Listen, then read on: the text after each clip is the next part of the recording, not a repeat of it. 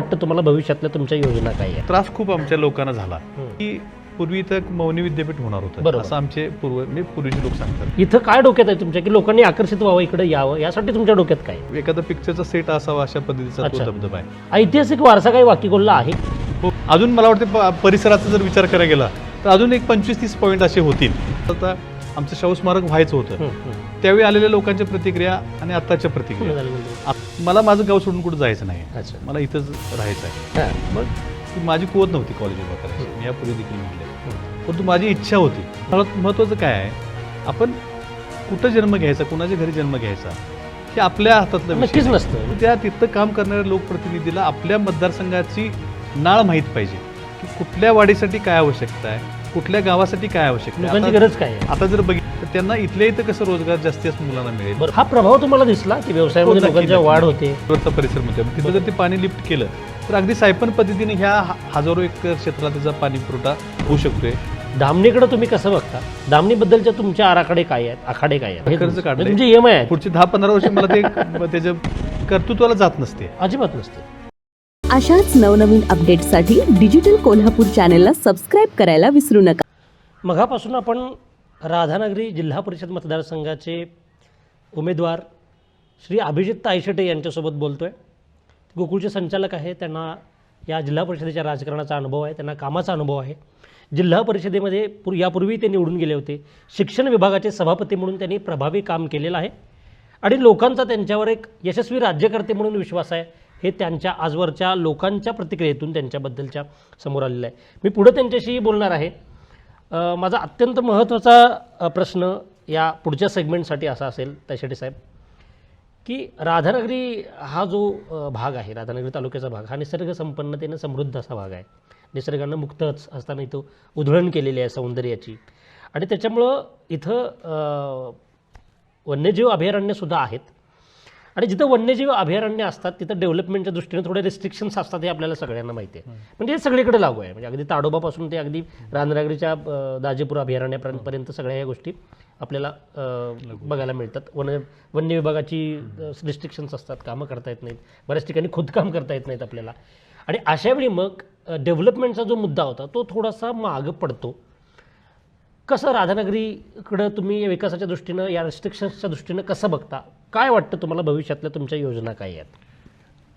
1985 मध्ये राधानगरी अभयारण्याची अधिसूचना निघाली. बरोबर. त्यावेळी अभयारण्य किंवा वन विभागाचे इतर क्षेत्र यामध्ये काय लोकांना फारसा फरक माहीत नव्हता किंवा कायद्याची तेवढ्या जाणीवा नव्हत्या. बरोबर. पण भविष्यामध्ये इथं वन्यजीव कार्यालय सुरू झालं, इथं त्यांच्या निर्बंध सुरू झाले, नंतर त्याची तीव्रता लोकांना जाणवा लागली लक्षात आलं. किंवा ह्यामुळे आपल्याला खूप सारे रिस्ट्रिक्शन आपल्याकडे येतात आणि डेव्हलपमेंट इथं होणार नाहीत आणि त्याचा त्रास खूप आमच्या लोकांना झाला. म्हणजे आतापर्यंत देखील अजून सुद्धा काही प्रमाणात ते निर्बंध आहेत, नाही म्हटलं तर चालणार.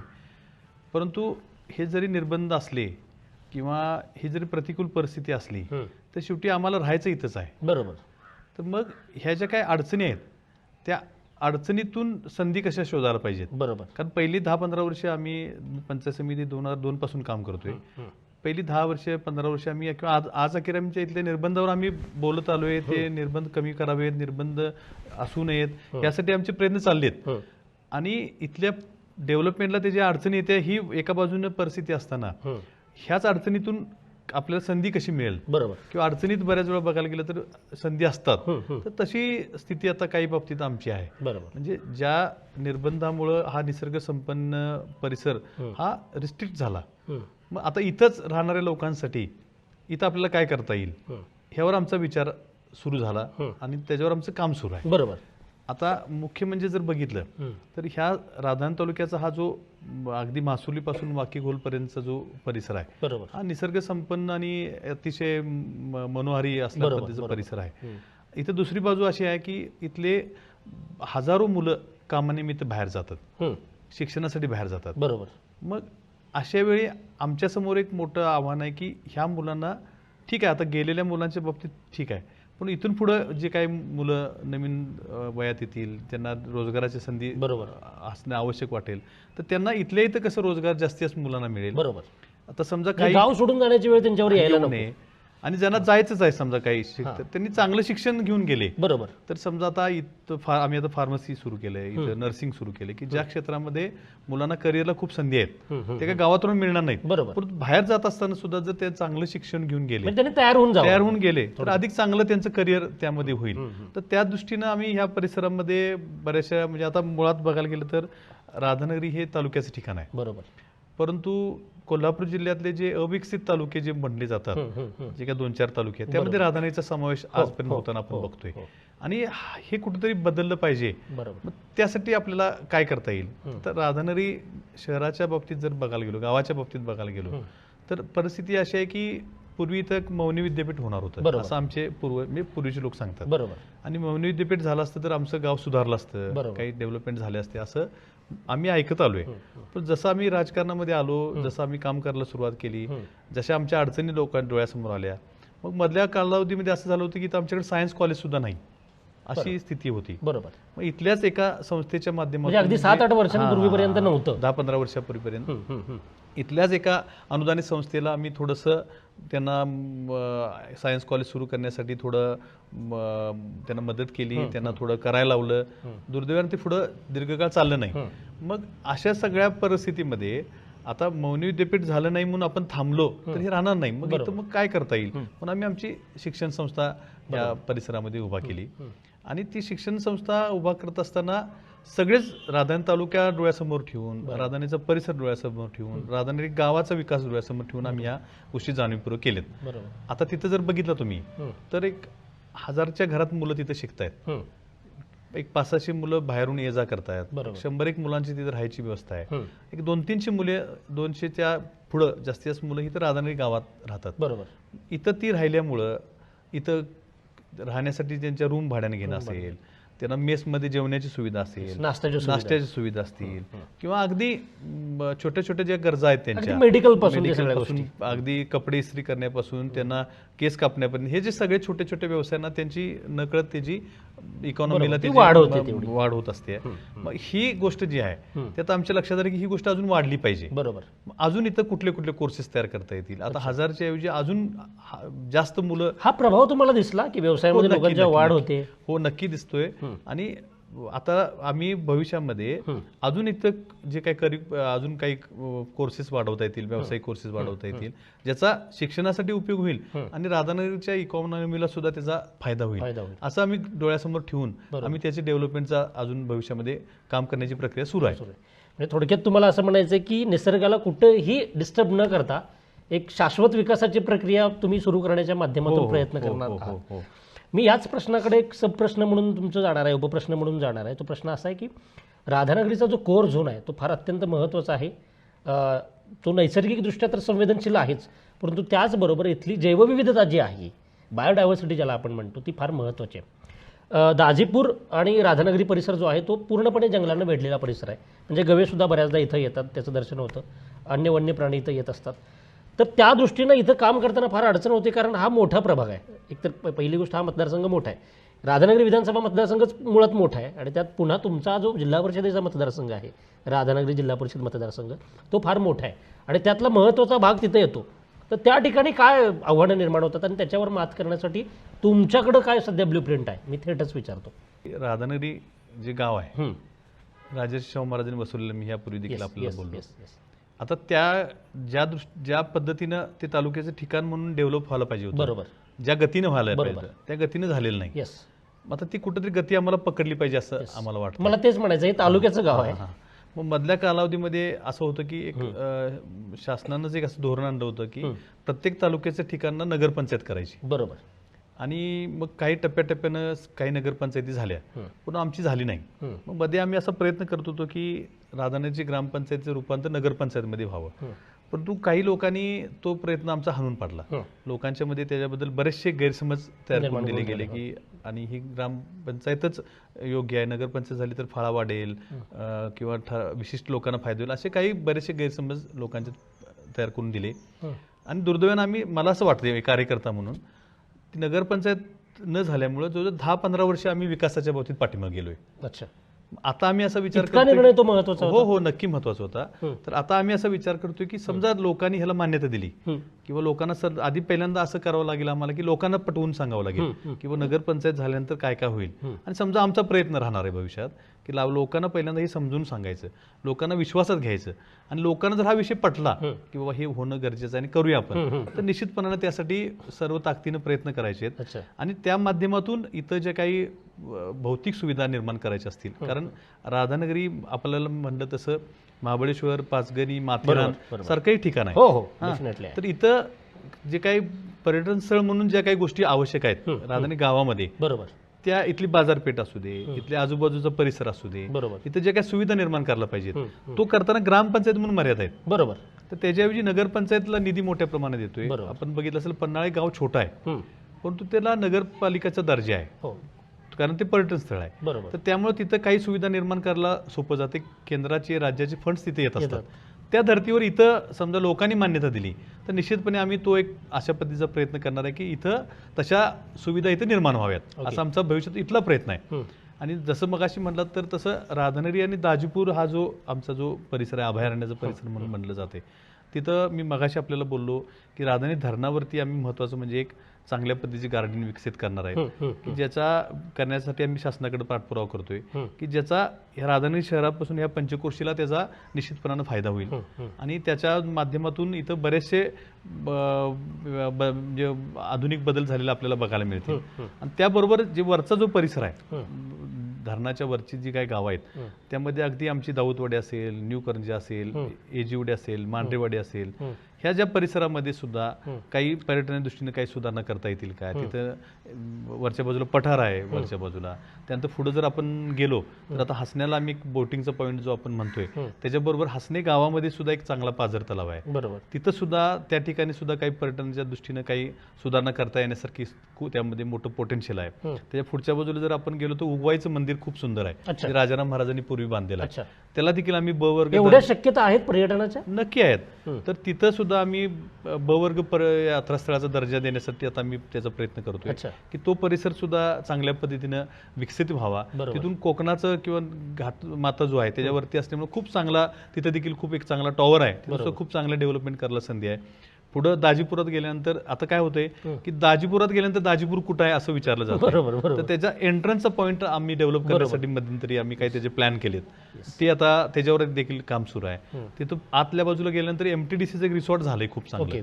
त्या समोर एक बॅकवॉटर आहे. तर त्या एमटीडीसीच्या समोरचं बॅकवॉटर आहे, तिथं देखील पर्यटनाच्यासाठी काही त्या ठिकाणी थांबण्यासारख्या सुविधा तयार करता येतील काय, लोक पाण्यामध्ये जाऊ शकतील काय, अशा पद्धतीचा एक त्याचा चांगला आम्ही एक आर्किटेक्चरकडून चांगला प्लॅन तयार करून घेतला. त्याच्यावर आम्हाला भविष्यामध्ये काम करायचं आहे. माळीवाडी तिथं जो आमचा तलाव आहे तिथल्या बोटिंग संदर्भात आता बंद होतं ते सुरू करण्याच्या आता हालचाली सुरू आहेत.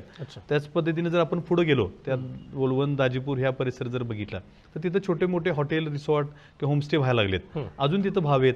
तिथून ट्रेक जातोय आमचा, सेंच्युरी बघायला जाणारे लोक तिथं खूप मोठ्या प्रमाणात. अजून त्यांना लागणाऱ्या सुविधा आपल्याला तिथं काही निर्माण करायच्या आहेत. शिवगड आहे वरच्या बाजूला जो टेहळणी बुरुज म्हणून पूर्वीपासून प्रसिद्ध आहे, तिथं काही साहसी खेळ करता येतील काय, तिथं काही सुधारणा करता येतील काय, असं आमचं भविष्यातलं नियोजन आहे. परत पुढे जर आपण त्या बाजूने जर आलो तर हे राधानगरी धरणापासून असं राऊंडमध्ये बरोबर धरणाच्या बॅकवॉटरच्या बाजूने असं एक पूर्ण सर्कल तयार होते. बरोबर. तिथं शिवाची वाडी म्हणून आहे की जिथं एक खूप एक उंचीवरचं ठिकाण आहे की जिथं सनसेट पॉईंट चांगल्या पद्धतीनं डेव्हलप होऊ शकतो. त्याचा फायदा शिवाची वाडी, डिगस इथल्या गावांना त्याचा फायदा होऊ शकतोय. पुढे जर आपण आलो तर कारिवडे हे अतिशय सुंदर गाव आमच्या मतदारसंघातलं आहे की जिथं आता काही प्रमाणात होमस्टे किंवा काही रिसॉर्ट झालेत, पण स्थानिकांच्या माध्यमातून अजून काही तिथं बॅकवॉटरच्या बाजूला करायला खूप संधी आहेत. पुढे आपण आलो तर राऊतवाडीचा धबधबा आहे की जो आता जिल्ह्यातला सर्वात जास्त लोक त्याला भेट देतात असा आहे. राज्यभरामध्ये त्याची चर्चा होते. त्याच्याच साथीच सुद्धा काही सुधारणांच्या संदर्भातले काही गोष्टी आम्ही आता त्यात त्या आराखड्याच्या बाबतीत किंवा आम्ही त्या दृष्टीने काही प्लॅन केलेले आहेत की जेणेकरून त्याला येणाऱ्या पर्यटकांच्या सुविधा निर्माण होतील आणि भेट देण्याचं प्रमाण वाढेल. खाली आमचं पडळी गाव आहे, पडळीत कासारवाडीचा धबधबा आहे. तुम्ही जर बघितलं तर जी स्वयंचलित दरवाजा समोर जे तिथं पाणी पडतंय आमचं, बरोबर. तिथे एक आमची रामाची वाडी म्हणून वाडी आहे, तिथं देखील आम्हाला ते धरणाचं पाणी जे पडतंय त्या ठिकाणी काही अशी सुधारणा करायची की ते आपण समोरून ते पाहू शकू, बरोबर. की जेणेकरून तो एक अद्भुत आनंद त्या गेट पडताना लाईट वगैरे तयार बघण्याचा करणं असा राहू शकतोय. ओके. पुढे जर कासारवाडीचा धबधबा आहे, पडलीच्या वरच्या ज्या वाड्या आहेत आमच्या, तिथं सुद्धा खूप बॅकवॉटरचं चांगलं मनोहरी दृश्य त्या ठिकाणी दिसते. तिथं सुद्धा काही रिसॉर्ट छोटे छोटे व्हायला लागलेले आहेत. बरोबर. अगदी तुम्ही जर म्हणलात, आता आमचं बनाचवाडीचं तलाव आता काम सुरू आहे, त्याचं सुद्धा बॅकवॉटरचा विचार करायचा, तिथं सुद्धा काही पर्यटनाच्या संधी सुविधा आहेत. बरोबर. आता आमच्या खालच्या बाजूला पडळी, पिरळ, शिरोली ही अशी जी राजधानीच्या आजूबाजूला असणारी जी गावं आहेत, तर त्या गावांच्या मध्ये सुद्धा ॲग्रो टुरिझमच्या माध्यमातून किंवा अन्य काही च्या बाबतीतून आम्हाला विकासाच्या काही संधी निर्माण करता येतील काय, असे आमचे त्या बाबतीत प्रयत्न आहे. अगदी फेजुडे गावात जर बघितलं तर खूप वर्षापासून आमचे लोक हे माशाच्या विक्रीचा व्यवसाय करतात, बरोबर. पूर्वीपासून तेव्हा प्रक्रिया करतात काही ह्याच्या बाबतीतल्या. तर आता आलेल्या पर्यटकांना ज्यावेळी फेजुड्याची माहिती आहे, तर खूप सारे लोक तिथं सुद्धा खरेदी करायला मार्केटला थांबतात. त्याचं सुद्धा एक छोटं काही वेगळं काही मार्केट करता येईल काय, असं सुद्धा आम्हाला भविष्यामध्ये संधी आहेत त्या करण्यासारख्या. त्या भविष्यामध्ये आम्हाला ह्या बाबतीत निर्माण करायच्या आहेत. आता जर बघितलं तर हत्तीमाल आमचा आहे इथं, जो राजर्षी शाहू महाराजांनी च्या कालावधीमध्ये हत्तींच्या बांधण्याचं ठिकाण, असं एक खूप सुंदर इमारत त्यावेळी बांधली गेली होती आणि दुर्दैवानं ती दुर्लक्षित राहिली. अजूनही तो दुर्लक्षितच आहे अजून सुद्धा. खूप लोकांना अजून माहिती नाही आहे की राधानगरी परिसरामध्ये हत्तीमाला आहे. तर त्याचं एक वैशिष्ट्य काय आहे की पूर्वी जे काही ब्रिटिश अधिकारी किंवा इंग्रज किंवा कोण राजे रजवाडे जे वाड्यावरती पाहुणचारासाठी यायचे, त्यांना आवर्जून राधानीच्या जंगलामध्ये शिकारीला आणलं जायचं. किंवा इथं साठमारीचा जो खेळ आहे हत्तींचा, जो प्रसिद्ध आहे, तो साठमारीच्या मैदान देखील इथं आणि साठमारी इथं असल्यामुळं ते खूप सारे मोठे अधिकारी इथं भेट दिलेले आहेत पूर्वीपासून. तर त्याचं देखील पुनर्जीवित व्हावं असे आमचे भविष्यातले प्रयत्न आहेत की राधानगरीला पर्यटनामध्ये एक ऐतिहासिक वारसा देखील इथं लाभलेला आहे. तर त्या दृष्टीने सुद्धा आमचं आता भविष्यामध्ये म्हणजे त्यासाठी आम्ही काम करतोय. त्या योजना किंवा त्या गोष्टी समयासमोर याव्यात, सरकारपर्यंत जाव्यात, असे आमचे त्या दृष्टीने थोडक्यात तुमची ब्लूप्रिंट तयार आहे. हा, ब्लूप्रिंट तयार आहे त्या बाबतीतली. राधानगरी विधानसभा मतदारसंघ किंवा राधानगरी हा परिसर हा वाड्या वस्त्यांचा परिसर आहे. म्हणजे त्या काळात सुद्धा राजेशाहीच्या काळात सुद्धा राजर्षी छत्रपती शाहू महाराजांना या वाड्या वस्त्यांवर पोहोचणं, अर्थात तेव्हा वाहतुकीची साधनं पण नव्हती, त्रासदायक ठरायचं.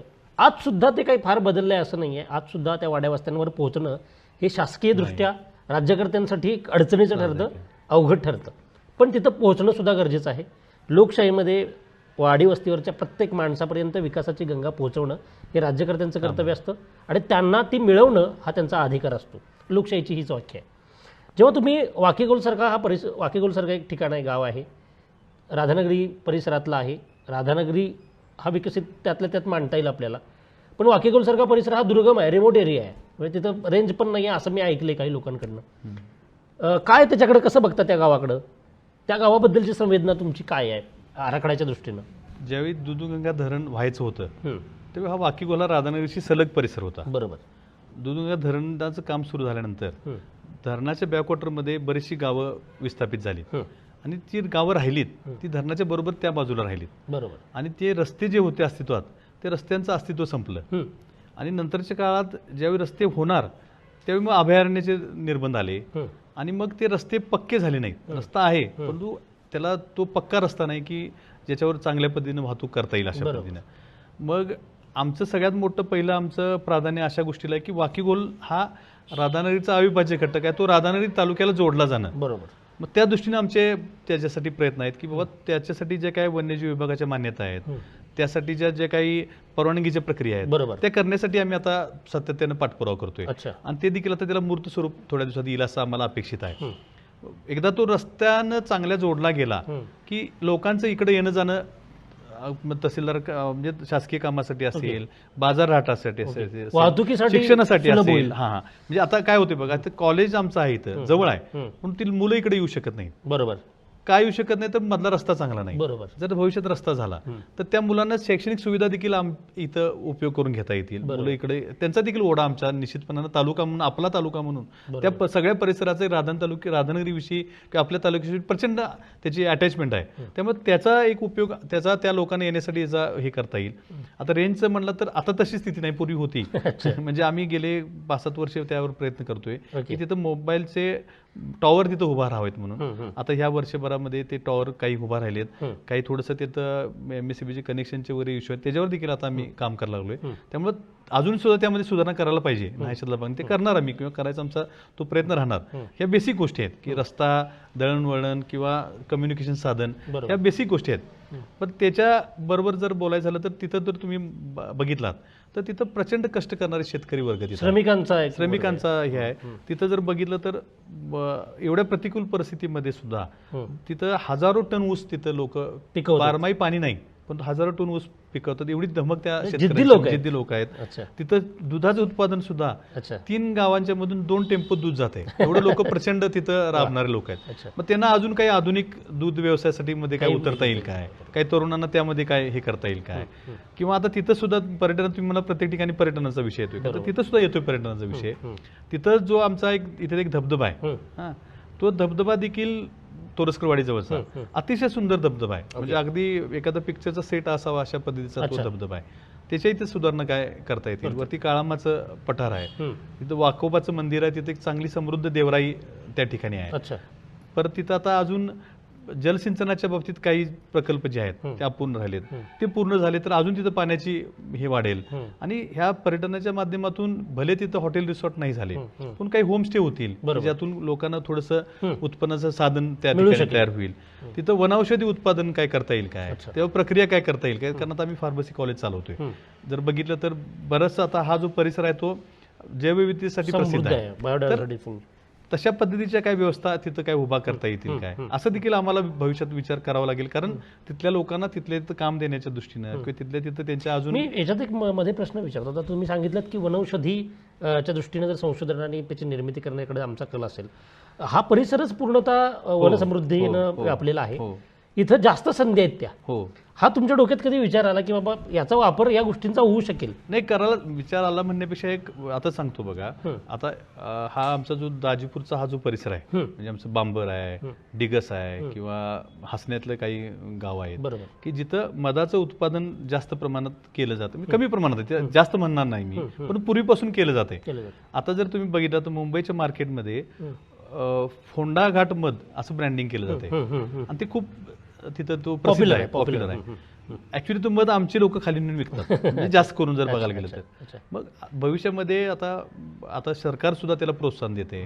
तर ह्या परिसरामध्ये मधाचं उत्पादन वाढावं, त्याचं ब्रँडिंग व्हावं, त्याच्यावर काही प्रक्रिया करता याव्यात, असे प्रयत्न आम्हाला भविष्यामध्ये किंवा वनौषधीच्या बाबतीत एखाद्या परिसरामध्ये जिथं शेतकरी ते पीक म्हणून घेऊ शकतील, बरोबर, किंवा उत्पादन म्हणून घेऊ शकतील, उद्योजकता वाढेल. अशा पद्धतीने आपल्याला काही भविष्यात तशा काही योजना राबवता येतील काय, असं आमचा ह्या दृष्टीनं निश्चितपणे प्रयत्न राहणार आहे. वाकीकोल परिसराबद्दल आता आपण बोललो की तो एक तरी दुर्गम जरी असला तरी तिथं सुद्धा तरुणांना व्यवसायाच्या संधी या पर्यटनाच्या माध्यमातून उपलब्ध होऊ शकतात. ऐतिहासिक वारसा काही वाकीकोलला आहे? हो. काय झालं होतं की शिवाजी महाराजांचे सुपुत्र राजाराम महाराज ते ज्यावेळी जिंजी परिसरामध्ये किंवा जिंजीच्या ह्याच्यावर गेले त्यावेळी त्यांचं काही काळ वास्तव आमच्या वाकीकोलातल्या त्या परिसरात राहिलेलं आहे. अच्छा. आणि तिथं एक जिंजी महाल नावाची एक वास्तू पूर्वी होती. बरं, जिथे राजाराम महाराज राहिले. आता त्यामध्ये वास्तूमध्ये काही शिल्लक राहिलेलं नाही, पण तो फक्त एक परिसर आहे, जिंजी महाल म्हणतात त्याला. आणि त्यामुळे तो एक ऐतिहासिक ह्याच्याशी जोडला गेलेला आहे. तिथं सुद्धा काही समजा भविष्यामध्ये शासनाच्या माध्यमातून काही समजा काही ती गोष्ट पुढे आणता आली आहे तर तो देखील आम्हाला भविष्यामध्ये प्रयत्न करावा लागेल. अच्छा. त्यासाठी सुद्धा तुम्ही प्रस्तावित म्हणण्यापेक्षा ती एक लोकांच्या दृष्टीने एक वेगळी अटॅचमेंट असलेली गोष्ट आहे की ज्याला कुठे ऐतिहासिक वारसा आहे तो, त्याच्यावर काय करता येईल काय. राधानगरी तालुक्यामध्ये पठारं सुद्धा आहेत. हो. पठार हा एक निसर्ग सौंदर्याचा आविष्कार असतो. निसर्गाची भूरूप जर बघितली तर पर्वत, पठार, मैदान. पठारांचं वैशिष्ट्य असं की पठारांची जैवविविधता ही मैदानापेक्षा थोडीशी वेगळी असते. म्हणजे महाराष्ट्रातलं जर आपण बघितलं तर सातारा तालुक्यातलं कास पठार हे नोव्हेंबर ऑक्टोबरच्या महिन्यामध्ये तिथं वेगवेगळ्या प्रकारची फुलं येतात, पावसाळ्यामध्ये वेगवेगळ्या प्रकारची फुलं येतात आणि तो एक महोत्सव असतो. या राधानगरी तालुक्यामध्ये पठारं किती आहेत आणि त्यांचं पर्यटनाच्या दृष्टीनं काय महत्त्व वाटतंय तुम्हाला, कसं बघता तुम्ही त्याच्याकडे? राधानगरी तालुक्याचा विचार जर केला तर अगदी काळामाचं मंदिर आहे आमचं वरती वाकीकोलामध्ये, किंवा हा इदरगंज म्हणून एक तुम्ही ऐकलं असेल, आमच्या पाटपन्हाळा आणि रामनवाडी तिथं त्या परिसरामध्ये सुद्धा आता पाटपन्हाळ्यात म्हणलं तर तिथं धबधबे आहेत. रामनवाडीचा धबधबा सुद्धा खूप प्रसिद्ध आहे. बरोबर. आणि त्याच्या वरची जी बाजू आहे तिथं तो इदरगंज नावाचा एक पठार आहे आणि तो संरक्षित आहे. आणि तिथं जर तिथली बायोडायव्हर्सिटी जर विचार करायला गेला तर तिथं तो वन्यजीव विभागाकडनं थोडं रिस्ट्रिक्शन असल्यामुळे तिथं लोकांना जायला संधी खूप कमी आहेत. पण तो सुद्धा एक खूप सुंदर अगदी तिथं तिथली जैवविविधता पाहण्यासारखी आहे. प्राण्यांचं देखील वास्तव्य तिथं राहते तिथं बाजूला जवळपास हे असल्यामुळे. त्याच पद्धतीने आपण जर बघितलं तर दुर्गमानवरच्या आणि पडसाळच्या वरच्या बाजूला सुद्धा जर बघितलं तर खूप सुंदर अशा पद्धतीचं, किंवा शिवगड आहे आमचा, किंवा अगदी कोनोलीच्या वरच्या बाजूला जर विचार करायला गेलं तर तिथं किल्चा नावाचा एक बुरुज परिसर आहे की जिथं चांगल्या पद्धतीच्या जैवविविधता पाहायला मिळतात. मग ते देखील जर विचार करायला गेलं तर ज्या पर्यटकांना किंवा ज्या अभ्यासकांना बायोडायव्हर्सिटीच्या दृष्टीने जो काय अभ्यास करायचा असतोय तर त्या अभ्यास करण्याच्या खूप साऱ्या संधी आमच्या या सगळ्या परिसरामध्ये आहेत आणि त्याचा देखील भविष्यात विकास झाला पाहिजे असं मला वाटते. अनेक प्रजाती लुप्त आहेत ज्या समोर आलेल्या नाही, त्यांचाही शोध होतो त्या मानाने. मी थोडंसं पुढे जाईन आणि पर्यटनाच्या दृष्टीनं सगळं काम करत असताना एका बाजूला राधानगरी तालुक्याचा किंवा एकूण कोल्हापूर जिल्ह्याचा जो परिवर्तनाचा वारसा आहे तो शाहू महाराजांच्या पर्यंत येऊन पोहोचतो. आणि शाहू महाराजांचं जर आपण ऐतिहासिक जर त्यांचे संदर्भ बघितलेत तर महाराज एक कृतिशील समाजसुधारक होते. ॲक्च्युअली कामावर त्यांचा भर होता आणि महाराजांचं एकूण काम बघता त्याच्यामध्ये त्यांचं जलव्यवस्थापन, वॉटर मॅनेजमेंट हे फार महत्त्वाचं, ज्याचे आजही दाखले दिले जातात. राधानगरी हा परिसर वाड्या वस्त्यांचा आहे. वॉटर मॅनेजमेंटची जास्त गरज इथं आहे, आव्हानही आहेत, हेही मला मान्य करावं लागेल. त्याकडं अभिजित तायशेटे कसं बघतायत राज्यकर्ते म्हणून? कसं आलंय, राजर्षी शाहू महाराजांनी तलाव बांधल्यानंतर ते पाणी अगदी कोल्हापूर इचलकरंजीपर्यंत लोकांना पिण्यासाठी गेलं. शेतीसाठी शिरोळसारखा भाग समृद्ध झाला. बरोबर. परंतु राधान तालुक्याचा बराचसा भाग समृद्ध झाला, परंतु बराचसा भाग असा देखील राहिला आहे. आता जर तुम्ही बघितला अगदी आमच्या भोगावती काठाची सुद्धा गावं बघितली तर इथं कसं आहे, इथं भौगोलिक परिस्थिती कशी आहे की आता समजा शिरोळ हातकणंगल्यामध्ये सगळे असे फ्लॅट सगळी मैदानी प्रदेश आहे, त्यामुळे त्यांना पाणीचं हे करणं काय फारसं अवघड, सर्क्युलेशन चांगलं होतं. आमच्या ह्या परिसरातलं बघितलं तर नदी खालून वाहते, नदी काठचा थोडा भाग मैदानी आहे आणि त्याच्यावरती सगळे डोंगर आहेत, डोंगराळ भाग आहे. मग तिथं लिफ्ट करावं लागते. बरोबर. आणि ते लिफ्ट योजना ज्या पद्धतीने व्हायला पाहिजेत, काही भोगावती कारखान्याच्या माध्यमातून सुरुवातीच्या काळात झाल्या, त्या ठराविक स्टेज पर्यंत झाल्या. त्याच्यावरती देखील चांगल्या शेती आहेत, त्याच्यावर त्याचा विचार झाला नाही किंवा त्यावर काही प्रयत्न झाले नाही किंवा ते खूप खर्चिक असल्यामुळं त्याच्यावर काही उपयोग झाला नाही. मग आम्ही असा विचार करत होतो की आता एक पॅचचं उदाहरण जर बघायचं झालं तर धामणीचं धरण झालं. 30 वर्षापूर्वी धामणी धरणाची संकल्पना आली. त्याचा उद्देश कसा होता की धामणीतलं धरणाचं पाणी हे कोल्हापूर शहराला पुरवठा करण्यासाठी उपयोगात येईल, अशी त्यावेळी ती मूळ संकल्पना होती. परंतु हे सगळं धरणाचं काम पूर्ण होईपर्यंत काळामडी धरणातून थेट पाईपलाईननं पाणी कोल्हापूर शहराला गेलेलं आहे. त्यामुळं जवळजवळ 1.5 TMC पेक्षा जास्त पाणी आता धामणीतलं शिल्लक राहणार आहे, त्याचा उपयोग सरप्लस पाणी आहे.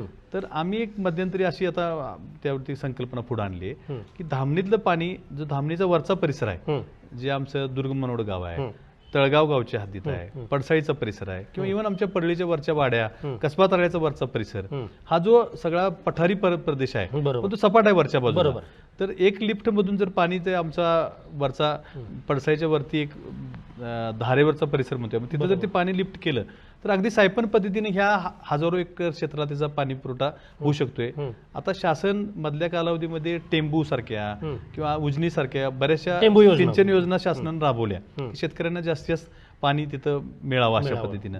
तशाच पद्धतीची संकल्पना ह्या परिसरात किंवा अगदी भोगावती काठापर्यंतच्या परिसरामध्ये शासनानं भविष्यामध्ये राबवावं लागेल. त्याच्यावर देखील आपल्याला शासनाकडे आग्रही राहायला लागेल. अशा जर योजना झाल्या तर जे काही राजर्षी शाहू महाराजांचं जे स्वप्न होतं की जास्तीत जास्त लोक क्षेत्राला पाणी मिळालं पाहिजे, तो बराचसा भाग त्यामध्ये पाण्याचं डिस्ट्रीब्युशन योग्य व्हावं. आता त्या परिसरामध्ये आम्ही काही जे नैसर्गिक स्रोत आहेत त्याच्यावर 4 ठिकाणी आम्ही पाणी पाईपलाईन आणून पाणी त्या शेतकऱ्यांना मिळेल अशी व्यवस्था केली आहे. तर ती खूप तुटपंजी आहे, त्याच्यावर ते सगळं काय परिसर भिजत नाही. परंतु भविष्यात अशी योजना करावी लागेल. आता समजा बनाची वाडी सारखा लपा तलाव आता काम सुरू आहे. ज्यावेळी आम्ही राजकारणाची सुरुवात केली अगदी त्यावेळी आम्ही संकल्पना आमच्या सहकारी मित्रांनी आणि आम्ही पुढे आणली की तिथे एक धरण बांधलं जावं. त्यासाठी आमचे प्रयत्न झाले, अगदी जलसंधारण खात्याकडून मंजुरीच्या प्रक्रियेपर्यंत आम्ही गेलो. परंतु अजून दुर्दैवाने त्यामध्ये काही अडथळे आले आणि तो प्रकल्प तसाच राहिला. परंतु आता त्याला परत गती मिळाली, परत त्याचं आता काम सुरू झालंय. तो परिसर सुद्धा तो बॅकवॉटरचा परिसर आहे. शेती सिंचनाला फायदा होईलच, पण तिथं सुद्धा चांगल्या पद्धतीनं पर्यटनाला संधी आहेत. असं भविष्यामध्ये ह्या सगळ्या संधींचा उपयोग आमच्या मगाशी म्हटलं त्याप्रमाणे पडळी, पिरळ, शिरोली, कुडुत्री ही जी गावं बारमाही नदीच्या काठाला आहेत, तिथं सुद्धा काही ॲग्रो टुरिझमच्या माध्यमातून काय प्रयत्न करता येतील काय, शेतीच्या बाबतीतले काही सुधारणा करता येतील काय, अशा भविष्यामध्ये ह्या योजना सगळ्या आम्हाला राबवाव्या लागतील असं मला वाटतंय. शेतीचा एक मुद्दा मला असं विचारायचं की हा सगळा पूर्ण परिसर हा जंगलमय आहे, विविधतेनं समृद्ध असा आहे. शेती करताना सुद्धा काही अडचणी शेतकऱ्यांच्या येतात, त्या तुमच्यापर्यंत येतात? शेती करताना अडचणी म्हणजे आता अतिवृष्टीमुळे बरंचसं पिकाचं हे कमी राहते, ऊसाच्या वाढीला इतकं पोषक इथं वातावरण नाही, अशा अडचणी किंवा आता गव्यांचा प्रादुर्भाव जरा जास्त प्रमाणात व्हायला लागलाय, अशा पद्धतीच्या अडचणी येत आहेत. परंतु आता मग त्याच्यावरती आता मात करण्यासाठी मग काही फॉरेस्टकडून काही त्याच्यावर उपाययोजना करता येतील काय, असे वरचेवर आमचं त्याच्यावर प्रयत्न सुरू असतात. पर्यटन ही जी मुळात संकल्पना आहे, याच्यासाठी ह्युमन सायकोलॉजीमध्ये एक आकर्षण नावाचा सिद्धांत मांडला जातो.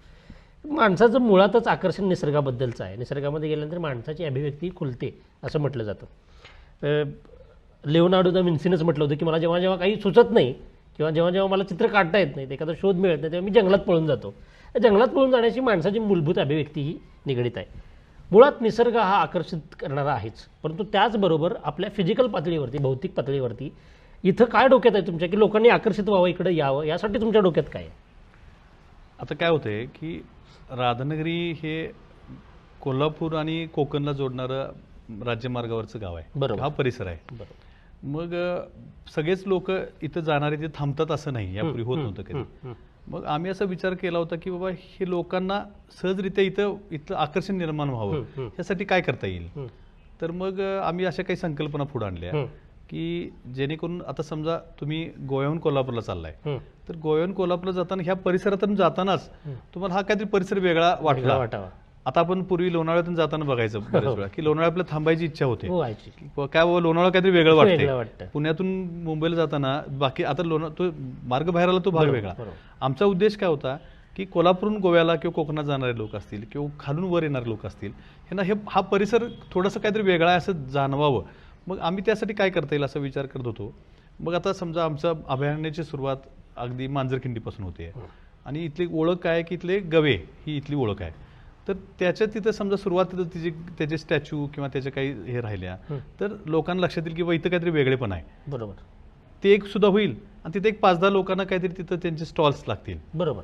तसं पुढे गेल्यानंतर राधानी धरण आहे, पुढं गेल्यानंतर दाऊदवाडीचा परिसर आहे, बरोबर, त्याच्या पुढे गेल्यानंतर हसण्याचा परिसर आहे, त्यानंतर दाजीपूरचा हे आहे. तर अशा ठिकाणी काही स्ट्रक्चर तयार झालीत जी निसर्गाला पूरक अशा पद्धतीच्या असतील आणि त्यामुळे काय होईल की ऑन रोड जाणाऱ्या लोकांच्या लक्षात येईल की बाबा इथं काहीतरी चांगलं वेगळं काहीतरी डेव्हलप व्हायला लागलं आणि आपण इथं नेक्स्ट टाइम का असं आपल्याला इथं थांबायला पाहिजे, अशी त्यांच्यात इच्छा मनात निर्माण व्हावी, असे काही स्ट्रक्चर तयार करता येतील की असं आमचं हे होतं. स्ट्रक्चर लाईक स्टॅच्यू, हा स्टॅच्यू नाही, त्या पद्धतीचं स्ट्रक्चर जे पर्यटकांना आकर्षित करेल. तर त्या दृष्टीनं काही संकल्पना आमच्या डोक्यात होत्या. मग त्याच्यावर आम्ही काम केले, त्याच्यावर आम्ही काही आराखडे तयार केलेत, त्याच्यावर हे सगळे पॉईंट डेव्हलप टप्प्याटप्प्याने व्हावे, त्याला निधी मिळाल्यानंतर एक एक पॉईंट डेव्हलप होतील. जसे पर्यटक इथे यायला सुरुवात होईल तसं ते जसं आपण महाबळेश्वरला गेल्यानंतर वेगवेगळे पॉईंट पाहायला जातोय आणि तसं त्यांचा वेळ त्यामध्ये व्यतीत होतोय, तर इथं देखील तशा पद्धतीचं व्हावं आणि त्याला ते पूरक इन्फ्रास्ट्रक्चर इथं उभा राहावं, असा आमचा ह्यापूर्वी देखील प्रयत्न राहिलाय. ह्यापूर्वी देखील आपण त्याच्यावर काम केलंय आणि भविष्यामध्ये देखील असे जवळजवळ 15-16 पॉईंट आम्ही काढलेत. अजून मला वाटतं परिसराचा जर विचार करायला गेला तर अजून एक 25-30 पॉईंट असे होतील. ह्या सगळा परिसर त्या एक एक गोष्टी आता जर बघितलं तर पूर्वीच्या परिस्थितीने आत्ताची परिस्थिती झाल्यानंतरची ह्यात खूप फरक पडतोय. समजा आता आमचं शाहू स्मारक व्हायचं होतं त्यावेळी आलेल्या लोकांच्या प्रतिक्रिया आणि आताच्या प्रतिक्रिया, आता समजा मांजरखिंड असेल किंवा हसणे असेल, ह्या पूर्वीच्या लोकांच्या तिथल्या प्रतिक्रिया आणि आताच्या ह्यात फरक पडत चाललाय. अशा अजून खूप साऱ्या गोष्टी आम्हाला भविष्यात करायला लागतील की जेणेकरून इथलं पर्यटन एक खूप समृद्ध होईल. बरोबर. आणि दुसरी गोष्ट तर राहण्याच्या व्यवस्थेत जर बोलायचं झालं तर विजयसिंह मोहिते पाटील ज्यावेळी पर्यटन मंत्री होते, ग्रामविकास आणि पर्यटन त्यांचं खातं होतं, त्यावेळी संभाजीराजे यांनी आम्ही त्यांना त्यावेळी सुचवलं होतं की इथं एखादं MTDCचं मोठं रिसॉर्ट तयार करा म्हणून. आता दुर्दैवानं त्याला ते कॉन्ट्रॅक्टर बरोबर लागले नाहीत, खूप वर्षे त्याला कामाला लागली, पण आता ते पूर्ण झालंय. आता MTDC रिसॉर्ट बरोबर आता इरिगेशन डिपार्टमेंट कडून सुद्धा एक चांगलं गेस्ट हाऊस इथे ठिकाणी होते, एक VIP पद्धतीचं. काही चांगल्या उद्योजकांनी काय चांगले रिसॉर्ट इथं काढलेत, काही छोट्या छोट्या लोकांनी काही होमस्टे काढलेत, अजून सुद्धा चांगले व्यावसायिक म्हणूया किंवा चांगले उद्योजक इकडं हॉटेल व्यावसायिक इथे यावेत, हं. स्थानिक लोकांसुद्धा ह्यामध्ये Involve व्हावेत. इन्व्हॉल्व्ह व्हावेत आणि पर्यटकांची अगदी ज्या ज्या पद्धतीचे कॅटेगरीतले पर्यटक येतात त्या त्या पद्धतीच्या सुविधा इथं निर्माण करता येतील काय, ह्याच्यावर आमचा भविष्यामध्ये भर राहणार आहे. बरोबर. किंवा आता जे काम आता लोक करतायत, जे काही समजा हॉटेल व्यावसायिक आहेत किंवा काही सफारीचे हे करणारे लोक आहेत, काही गाईड लोक आहेत, किंवा अशा लोकांना चांगल्या पद्धतीचं ट्रेनिंग देता येईल का, की चांगल्या ट्रेनिंग याचा अर्थ कुठला, किंवा पर्यटकांशी आपण कसं वागलं पाहिजे, किंवा इथल्या जे काय जैवविविधता आहे त्याचं महत्त्व काय आहे. याचं महत्त्वाचं कारण म्हणजे मी सांगतो तुम्हाला की दाजीपूर अभयारण्य प्रसिद्ध आहे. दाजीपूर अभयारण्य प्रसिद्ध आहे आणि लोक काय होतं की आपण ज्यावेळी सँच्युरी बघायला जातो तेव्हा प्राणी दर्शन व्हावं असं अपेक्षा असते. येस येस डेफिनेटली त्या अपेक्षेनेच लोक जातात. परंतु आमच्या अभयारण्याचं हे काय की हे सदाहरित जंगल आहे. बरोबर. आणि हे जंगलाचं आपण गवा हे एक त्याचा भाग त्याचा एक किंवा अजून भाग प्राणी झाला. त्याचे हे भाग झाले, पण त्याचा मुख्य पार्ट असा आहे की हे पश्चिम घाटातलं हे हॉटस्पॉट आहे. हॉटस्पॉट म्हणजे कुठल्या अर्थानं म्हणतोय मी, युनेस्कोनं ह्याला वर्ल्ड हेरिटेज जागतिक साईटचा दर्जा वारसास्थळामध्ये दिलाय. ते सहभागी. कशासाठी दिला आहे तर इथली रिच बायोडायव्हर्सिटी म्हणजे पश्चिम घाट जो अगदी विस्तृत हजारो शेकडो किलोमीटरचा जो निलगिरी पर्वत पसरलेला आपण आहे, कर्नाटकात तो पसरला तर त्यातला हा जो परिसर आहे या परिसरामध्ये जैवविविधता खूप मोठ्या प्रमाणात आहे. बरोबर. मग होतंय काय की आमच्या लोकांना माहित आहे ही एखादी औषधी वनस्पती आहे, परंतु त्या बाहेरच्या येणाऱ्या पर्यटकाला माहित नसते. माहित नसतं. मग आमचा असा प्रयत्न आहे की भविष्यामध्ये समजा आलेल्या पर्यटकांना जरी प्राणी दर्शन नाही झालं तर इथल्या निसर्गरम्य साईट बघायला मिळतील, इथल्या एखाद्या जैवविविधतेची माहिती त्यांना चांगल्या पद्धतीने मिळेल, की आलेल्या लोकांना एक आकर्षण तयार होईल, त्यांचा सुद्धा अभ्यास परिपूर्ण होईल, त्यांना सुद्धा आपण इथनं काही नॉलेज घेऊन जातोय अशा पद्धतीच्या काही गोष्टी इथे त्यांना रिअलाइज होतील. असे प्रयत्न आम्हाला पर्यटनाच्या माध्यमातून किंवा इतर गोष्टीच्या माध्यमातून भविष्यामध्ये करायचे आहेत. थोडक्यात जंगल हे किती समृद्ध आहे आणि ते त्याचे किती विविध गुण आहेत त्या वनस्पतींचे किंवा झाडांचे याची माहिती तुम्हाला द्यायची आहे तज्ज्ञांकडनं, असं थोडक्यात आहे. मी या प्रश्नाच्या थोडं पुढे जाईन. आतापर्यंत तुम्ही मला सांगितलेले ब्ल्यूप्रिंट ही अत्यंत प्रभावी आहे, परंतु मला यात प्रश्न असा पडतो जो मला स्पष्टपणे तुम्हाला विचारायचा आहे की पर्यटनाची डेव्हलपमेंट ही एका पातळीवरती थांबणार आहे. म्हणजे इंडस्ट्रियल डेव्हलपमेंट आणि टुरिस्ट डेव्हलपमेंट याच्यामध्ये एक फरक असणारच आहे आणि जो असतोच, पण तो आपण क्रॉस करूच शकत नाही. राधानगरीला जे काही या परिसराला जे एक आव्हान उभं राहणार आहे ते राहणार आहे इंडस्ट्रियल डेव्हलपमेंटचं, औद्योगिक विकासाचं. औद्योगिक विकासाच्या इथल्या मर्यादेत शिदून अभिजित ताईशेटे कसं बघतायत, कशी ब्ल्यूप्रिंट मांडतायत? त्याच्यावर माझं अशा पद्धतीचं काम मी सुरू आहे. काय होतंय की अभयारण्याचा भाग असल्यामुळं जर आपण त्याचे रिस्ट्रिक्शन बघितले तर एखादा औद्योगिक प्रकल्प उभारायचा झाला तर त्याला त्याच्यावरती खूप मर्यादा आहेत. खूप मर्यादा आहेत. मग त्याला पर्यावरणपूरक आणि इथल्या लोकांना रोजगार मिळेल किंवा इथल्या लोकांना त्याचा उपयोग होईल. म्हणजे समजा शेतीवर आधारित एखादा प्रकल्प करायचा झाला किंवा अजून कुठल्या एखाद्या प्रॉडक्टवर आधारित समजा जर करायचा झाला तर आता अभयारण्याच्या परिसरामध्ये तर काय आपण हे निर्माण होऊ शकत नाही राधानगरीपर्यंत, परंतु पुढच्या बाजूला आमचे खिंडेवरडीसारखा भाग आहे किंवा ही गुडाळ खिंडेवरडी हा जो परिसर आहे वरच्या बाजूचा, त्या ठिकाणी समजा एखादा प्रकल्प भविष्यामध्ये काय उभा करता आला की ज्याचा उपयोग स्थानिक लोकांना मग तिथल्या परिसरामधल्या तरुणांना रोजगारासाठी काही तिथं संधी निर्माण झाल्या तर तो भविष्यामध्ये आता आज प्रश्न आहे की कुठल्या प्रॉडक्टवर काम करायचं किंवा कुठल्या गोष्टीवर काम करायचं, परंतु आमचा त्याच्यावर हे सुरू आहे की बाबा एखादा प्रकल्प जो सुरू केला चांगला चालला तो भविष्यकालीन दीर्घकालीन त्याचा लोकांना रोजगारासाठी त्याचा उपयोग झाला अशा पद्धतीचं आम्हाला भविष्यात त्यामध्ये काम करायचं आहे. औद्योगिक पर्यटनाच्या औद्योगिक विकासाच्या ज्या काही चालना असणाऱ्या गोष्टी तुम्ही भविष्यात करायच्या म्हणतात ज्या ब्ल्यूप्रिंटमध्ये तुम्हाला येतात त्या पुढं होतच राहतील. त्याच्या पुढं मला एक प्रश्न तुम्हाला विचारायचा आहे की या कुठल्याही भौगोलिक क्षेत्रामध्ये लोकांची मानसिकता एक ठरलेली असते. म्हणजे एक औद्योगिक डेव्हलपमेंट झालेल्या भागातली मानसिकता आणि निसर्गाच्या कुशीत राहणाऱ्या माणसांची मानसिकता ही वेगळी असते आणि त्याला भौगोलिक परिमाणे वेगळे वेगळे असतात. या परिसरामध्ये राहणारा माणूस हा कष्टाळू आहे, भावनिक आहे, जिद्दी आहे आणि सगळ्यात महत्त्वाचं म्हणजे कष्टाविषयीची त्याची जाणीव ही अत्यंत तीव्र स्वरूपाची आहे. तो निसर्गाच्या कुशीत वाढलेला आहे, निसर्गाबद्दलचं त्याचं प्रेम आहे. त्या माणसाची औद्योगिकता किंवा उद्योजक म्हणून बघण्याची किंवा स्वतःला पाहण्याची मानसिकता नेमकी काय आहे हे तुम्ही जवळून बघितलेली आहे, ती काय आहे नेमकी? आता सध्या काय झालंय की इथं औद्योगिकरणाला मर्यादाच आहेत, इथं करण्याला काही हे नाही. मग आता काय होतंय की मुलं आमच्या इथे शिकतायत, काही ITI झालेत, काही डिप्लोमा इंजिनिअरिंग झालेत आणि ती कामासाठी बाहेर जात आहेत. बरोबर. अजून काही मुलं आहेत की जे शिक्षण पूर्ण करू शकत नाहीत ते इतर राहत आहेत. बरोबर. मग त्यांना पहिल्यांदा एक प्रवाहात आणणं, त्यांना योग्य शिक्षण देणं आणि त्याच्यावरती काम करणं. आणि मग इथं आता कुठला व्यवसाय आहे किंवा कुठला उद्योग आहे की जो इथं दीर्घकालीन तग धरू शकेल किंवा चालू शकेल, जो शेतीवर आधारित झाला तर अधिक उत्तम, किंवा अजून काही पर्यायी त्याच्यावर काही अजून शासनाच्या सुद्धा केंद्राच्या वगैरे बऱ्याचशा वेगवेगळ्या योजना आहेत की ग्रामीण भागामध्ये उद्योग निर्माण व्हावेत अशा पद्धतीच्या. त्या अनुसरून इथल्या लोकांच्या मानसिकतेला तुम्ही म्हणताय ते अगदी सत्य योग्य आहे. इथले लोक खूप कष्टाळू आहेत आणि इथल्या लोकांच्यात खूप चांगल्या पद्धतीचे गुण आहेत की जेणेकरून आता आम्ही पर्यटनाच्या बाबतीत सुद्धा सुरुवातीला आम्ही खूप निगेटिव्ह होतो, आम्ही म्हणजे लोक होते यातून काय फार साध्य होणार नाही असं वाटत होतं. पण आता अगदी गैबीपासून जर दाजीपूर बघितलं तर 100हून अधिक हॉटेल रेस्टॉरंट सुरू झाले आणि ते सगळे चांगल्या पद्धतीने चालत आहेत. त्या लोकांच्यात अजून काही बाबा त्यांचं काही त्यांना चांगल्या पद्धतीचं ट्रेनिंग देता येईल काय, व्यवसाय वृद्धीसाठी लोकांशी कसं वागायला पाहिजे ह्याची किंवा इथल्या निसर्गाची माहिती देण्यासाठी काय करता येईल काय, हा देखील त्यामध्ये प्रयत्न आहे. आणि मग त्याच्या अनुसरून ह्या पुढच्या टप्प्यामध्ये औद्योगिकरणाला काय छोटे मोठे गोष्टी करता येत असतील तो करण्याचा आमचा प्रयत्न राहणार आहे भविष्यामध्ये. मी काजवा महोत्सवाबद्दल ऐकलंय. काजवा आपण मगाशी चर्चा झाली आपली, काजवा महोत्सव हा इथं अत्यंत लोकांना आवडला आणि बाहेरनं सुद्धा लोकांनी म्हणजे काजवे बघणं म्हणजे लोकांसाठी एक अत्यंत मनोहारी असतं दृश्य ते, कारण निसर्गातून काजव्यांची निर्मिती म्हणजे त्याचे मेटिंग पिरियड तो असतो आणि त्या काळात जाऊन ते बघणं लुकलुकणारे काजवे हे फार महत्त्वाचं असतं. असंच काही महोत्सव किंवा असेच काही निसर्गाशी निगडीत उत्सव आपण काही आयोजित केले होते का, किंवा तसं काही डोक्यात आहे का?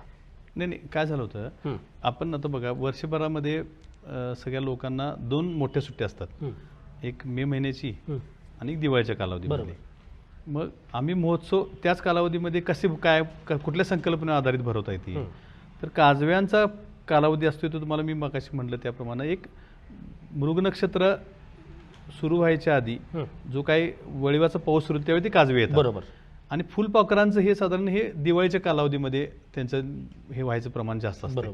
तर मग आम्ही त्या दोन्ही गोष्टी डोळ्यासमोर ठेवून की पर्यटक येऊ शकतील अशा वेळी काय करता येईल, तर इथं खूप साऱ्या फुलपाखरांच्या प्रजाती सुद्धा ह्या परिसरामध्ये आहेत किंवा फुलपाखरांना अजून चांगल्या पद्धतीचं त्यांना हे करण्यासाठी मग आम्ही काय केलं होतं, एकदा फुलपाखरू महोत्सव आम्ही इथं घेतला होता. आणि फुलपाखरू महोत्सव घेऊन मग त्या फुलपाखरावर संशोधन करणारे, फुलपाखराची माहिती देणारे विद्यार्थ्यांच्यामध्ये पर्यटकांच्यामध्ये त्याची जागृती तयार व्हावी, त्याच्याविषयी उत्सुकता तयार व्हावी असे काही उपक्रम आम्ही तेव्हा घेतले. त्यानंतर मग इथं जो हत्तीमालमध्ये आमचा जो वन्यजीव विभागाचा परिसर आहे त्या ठिकाणी तो मग फुलपाखरू उद्यान वन्यजीव विभागाकडून नंतर डेव्हलप झालं.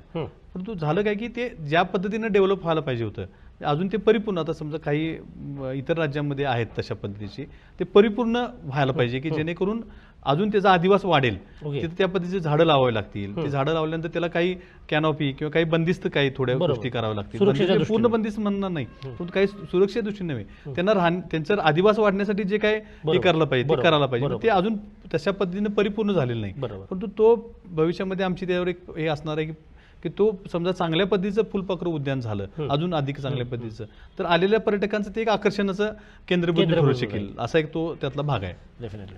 मी धामणीच्या प्रश्नाकडे येणार आहे. धामणी परिसर हा चर्चेतला मुद्दा असतो नेहमी.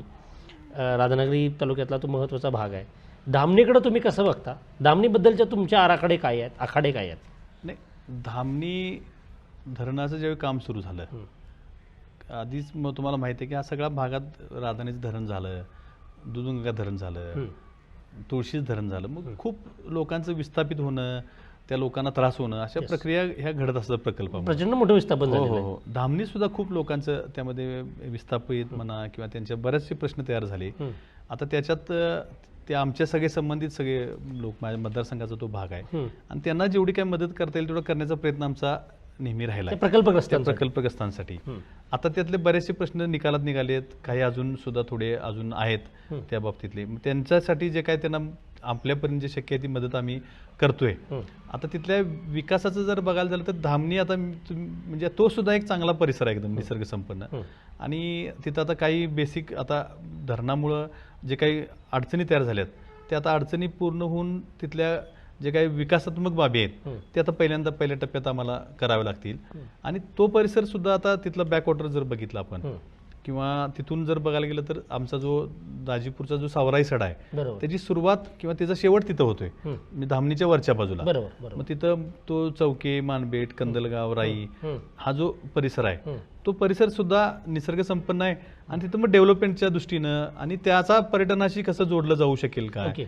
हे आमचे भविष्यातले त्यामध्ये प्रयत्न राहणार आहेत त्या दृष्टीने विचार करायला गेलं तर. मगाशी आपण शिक्षणाबद्दल बोललो तेव्हा मला एक गोष्ट जाणवली की आम्ही येताना सुद्धा या राधानगरी तालुक्यातून येताना म्हणजे ही बरीच जी गावं आहेत अगदी खाली फेजवडेपासून ते अगदी वरचा सगळा भाग तालुक्याचा मुख्य रोड तिथून येताना एक गोष्ट जाणवली की मुलं सकाळच्या वेळेला भरतीसाठी प्रयत्न करत आहेत. मग कुणी पोलीस भरतीसाठी प्रयत्न करतं, कुणाला आर्मीमध्ये जायचं आहे, ही त्यांची स्वप्न आहेत.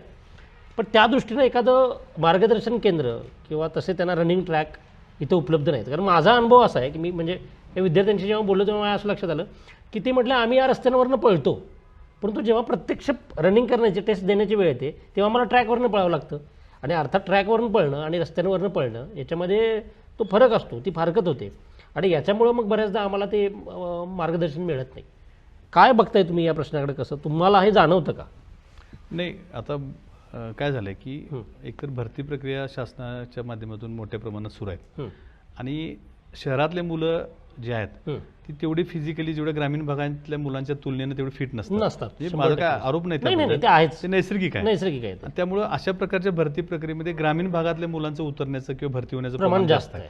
त्यात आमच्या तालुक्यात सुद्धा हल्ली आता बघायला गेलं तर खूप चांगल्या पद्धतीने मुलं त्यामध्ये सराव करतायत, कष्ट घेत आहेत, भरती होत आहेत बरेचसे अधिकारी आणि आम्ही दरवर्षी त्यांना प्रोत्साहित करण्यासाठी त्यांना वेगवेगळे कार्यक्रम घेऊन त्यांची सत्कार वगैरे करतोय. बरोबर. पण तेवढ्यावर आमची जबाबदारी संपत नाही असं हे आम्हाला नक्कीच जाणीव आहे त्या गोष्टीची.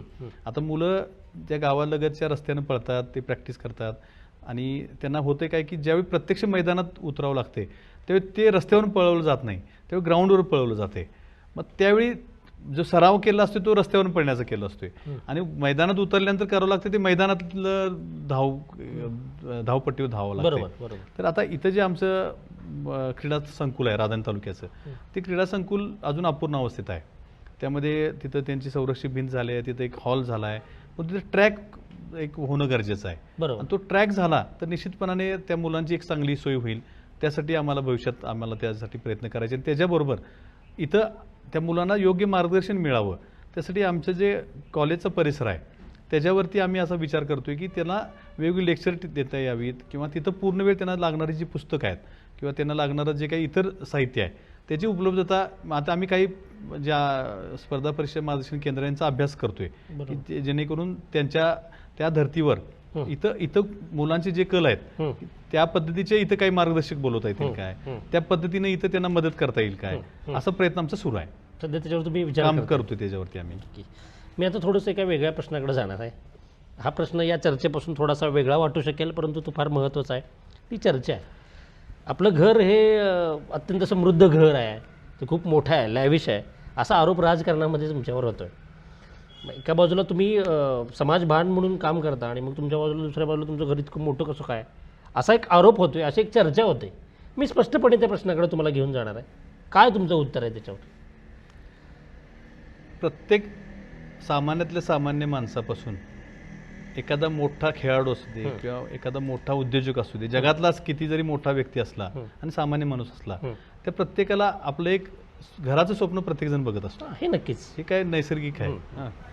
माझं सुद्धा तसंच स्वप्न होतं आणि त्या पद्धतीने मी काम करतो. इतर सामान्य माणसाप्रमाणे मी काय असं काय वेगळं हे करायचं काय भाग नाही.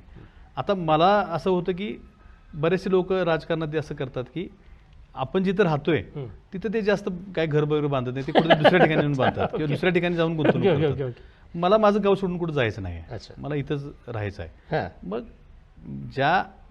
ज्या घरातून मी पुढं आलोय, म्हणजे तुम्हाला मी माझी आई आहे, माझे वडील खूप लहानपणी वारलेत. आमच्या आईनं आम्हाला लहानपणापासून एका प्रतिकूल परिस्थितीतून आमचं संगोपन केलंय. मग ती असू दे किंवा माझी पत्नी असू दे, माझी मुलं असू दे, यांना एक चांगलं राहणीमान मिळावं अशा पद्धतीची धारणा माझी देखील आहे, प्रत्येकाची असते.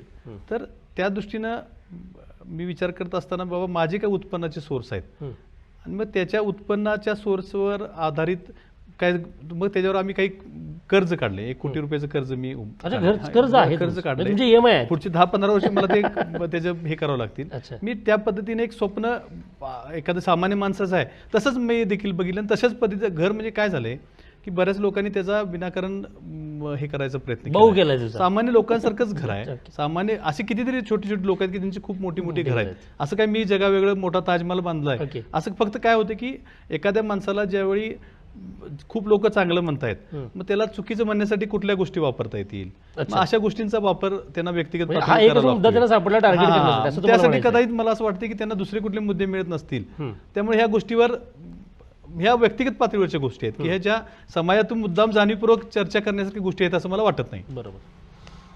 अजून एक दुसरा मुद्दा आपण मगापासून बोलतोय की राजर्षी छत्रपती शाहू महाराज, डॉक्टर बाबासाहेब आंबेडकर, छत्रपती शिवाजी महाराजांची स्वराज्याची प्रेरणा, ही सगळी माणसं ही लोककल्याणाचा विचार करत होती. म्हणजे स्वराज्याची संकल्पनाच मुळात छत्रपती शिवाजी महाराजांची ही कल्याणकारी राज्य उभं राहावं ही होती. ते लोकराज्य व्हावं यासाठी राजर्षी छत्रपती शाहू महाराजांनी केलेलं काम हे जगाला माहिती आहे, सगळ्या म्हणजे जगन्मान्य आहे. डॉक्टर बाबासाहेब आंबेडकरांनी कायद्याच्या माध्यमातून कष्टकऱ्यांपर्यंत, श्रमिकांपर्यंत सामाजिक न्याय ही संकल्पना पोहोचावी यासाठी आपलं आयुष्य खर्ची घातलं. अभिजित ताई शेटे हे जेव्हा या सगळ्या लोकशाही प्रक्रियेमध्ये या सगळ्या महापुरुषांचा विचार सांगत पुढे येतात तेव्हा त्यांच्यावर एका क्षणी जातीयवादाचा आरोप थेटपणे होतो.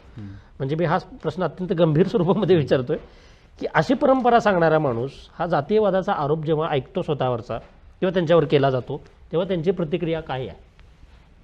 पहिल्यांदा मला ह्या गोष्टीबद्दल असं खूप भावनिक वाटायचं काही गोष्टी.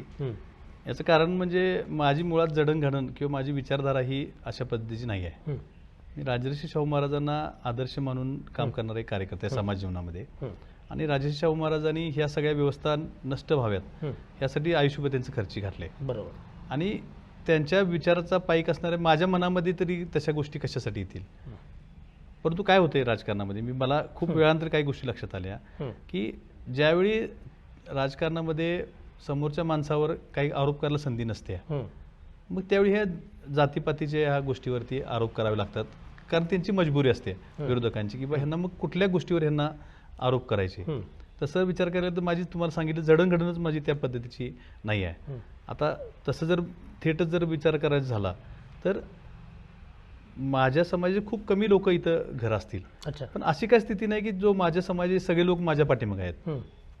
सगळ्या लोकांचं मी जर समजा समाजासाठी स्पेसिफिक काम करत असतो तर तुम्हाला असं निदर्शनाला उलटी परिस्थिती तयार झाली असती की ते सगळाच समाज माझ्या पाठीशी आहे अशी स्थिती तयार झाली असते. तशी काही परिस्थिती नाही. तुमच्या पाठीशी नाही, खूप सारे लोक माझ्या विरोधात सुद्धा ते माझ्या समाजातले आहेत. मग त्यांना जर आता जर तसं जर परिस्थिती तर त्या लोकांनी मला डोक्यावर घेतलं असतं. तर तशी स्थिती असण्याचं काही कारण नाही. आणि महत्वाचं काय आहे, आपण कुठं जन्म घ्यायचा, कुणाच्या घरी जन्म घ्यायचा हे आपल्या हातातलं विषय नाही. नक्कीच नसतं. आणि कर्तृत्वाला जात नसते, अजिबात नसते. आणि तुम्हाला लोकप्रतिनिधी म्हणून काम करायची संधी दिल्यानंतर तुम्ही ज्या पद्धतीचं काम करताय ह्याचा समाजाने विचार करायला पाहिजे. कर्तृत्वातून सिद्ध होतं, कर्तृत्वातून त्यांनी हे केलं पाहिजे. आता काही लोकांना ज्यांना आपलं कर्तृत्व दाखवता येत नाही किंवा आपल्या कर्तृत्वावर बोलू शकत नाही मग दुसऱ्याच्या जातीवर बोलायचं, दुसऱ्याच्या नसलेल्या गोष्टींच्यावर बोलायचं, हे प्रकार आमच्या इथं झालेत. मागच्या निवडणुकीमध्ये थोडाफार तो प्रकार लोकांच्यात झाला. काही प्रमाणात अगदी काही कार्यकर्ते किंवा काही लोक त्याला बळी पडले असतील. परंतु काही क्षणानंतर मला असं वाटतंय की त्या लोकांना सुद्धा कळून चुकले असेल की हा माणूस अशा विचाराचा आहे किंवा नाही. त्यामुळे लोकांना अशा गोष्टीवर एकदा तुम्ही चुकीचं सांगू शकताय. परंतु प्रत्येक वेळी लोकांना तुम्ही हे बनवू शकत नाही, मूर्ख बनवू शकत नाही. लोकांना अगदी वास्तव माहीत आहे की ह्या गोष्टीत मी अडकलेला कार्यकर्ता आहे किंवा नाही. मी सामाजिक जीवनात एवढा व्यस्त राहिलोय की एवढं त्याला मी वाहून घेतलंय हे सुद्धा लोक बघतायत. की मी अगदी त्याच्या पुढचं जाऊन जर सांगायचं म्हणलं तर लोक आपल्या लग्नानंतर आपल्या सासरवडीला किती वेळा जातात, वर्षातून किंवा 2 वर्षातून. तर मी माझंच उदाहरण सांगायचं झालं तर की आपल्याकडे प्रथा कशी आहे की आपलं लग्न झाल्यानंतर पाठ परतायला सासरवडीला जातात. बरोबर. आणि त्यानंतर मग त्यांचं वरच्या कोण 6 महिन्यातनं, 4 महिन्यातनं, वर्षातनं असं जाणं, कोण महिन्याला जातात त्याच्या. मी तुम्हाला सांगितलं तर कदाचित आश्चर्य वाटेल की माझं लग्न झालं 2000 साली आणि माझ्या सासूबाई वारल्या 15-16 साली वारल्या. तर त्या मधल्या 15-16 वर्षामध्ये म्हणजे माझं लग्न झाल्यानंतर डायरेक्ट सासूबाई वारल्यानंतरच मी सासरवडीला गेलो. अरे बापरे. आता तसं जर मी माझ्या नात्यात मी जर अडकलो, माझ्या 5 बहिणी आहेत सख्या, त्यातल्या 2 बहिणींच्या घरी मी एकदा दोनदा मुक्काम राहिला असेल. 3 बहिणींच्या घरी मला म्हणजे त्या बिचाऱ्या माझ्याबद्दल काय विचार करत असतील की मी एकटाच आपला त्यांचा भाऊ भाऊ आहे, आपल्याकडे एकटाच येत भाऊ नाही. आहे. Yes. याचा त्याने मला समजून घेतले तो भाग वेगळा, किंवा आपल्या भावावर खूप साऱ्या जबाबदाऱ्या आहेत, खूप मोठं काम तो समाजाचं करतोय, मग त्या बिचाऱ्या माझ्यानं कशा तशा पद्धतीची अपेक्षा करत नाहीत.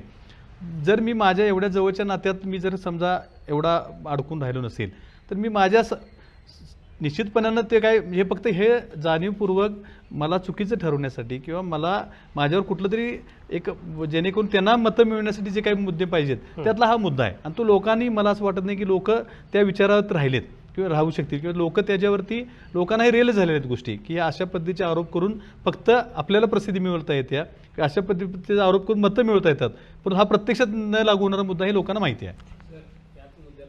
शिक्षण संस्था उभा केली, माझे छोटे मोठे व्यवसाय आहेत जिथे 200 लोक माझ्याशी जोडले गेलेले आहेत. तेवढ्या लोकांना रोजगार दिला. 200 लोकांना रोजगार माझ्याकडे आहे. हं. त्यातला एखादा अपवाद सोडला तर 199 लोक ही बहुजन समाजातले आहेत की त्यांची जात बघून किंवा त्यांचं बाकीचं काही बघून त्यांना नोकरी दिलेली नाही किंवा त्यांना रोजगार दिलेला नाही. हे थोडक्यात अभिजित तायडे समतावादी आहेत.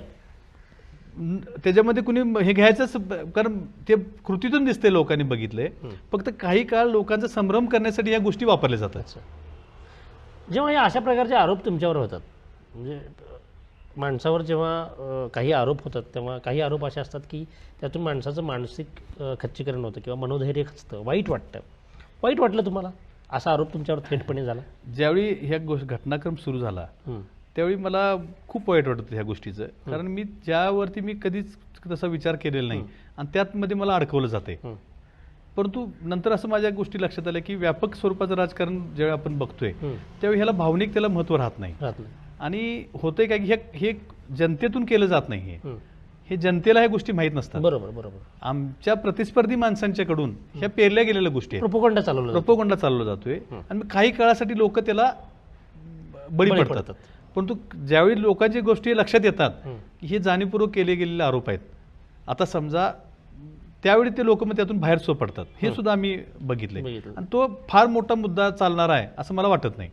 तायशेटे साहेब, मगापासून मी आपल्या बोलण्यामध्ये शाहू महाराजांचा उल्लेख होतो. शाहू महाराज हे दूरदृष्टीचे राज्यकर्ते होते. म्हणजे आज आपण ज्या मतदारसंघामध्ये काम करतोय किंवा आपण जिथं बसलो आहोत तिथं शाहू महाराजांचा उल्लेख वारंवार होणं हे अपरिहार्य आहे.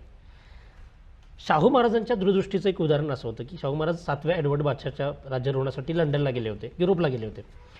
आणि तिथं त्यांनी बघितलं की रोमला द्वंद्व युद्धाचा आखाडा बघितला आणि तसं आपल्याकडे मैदान व्हावं म्हणून त्यांनी खासबाग मैदान बांधलं.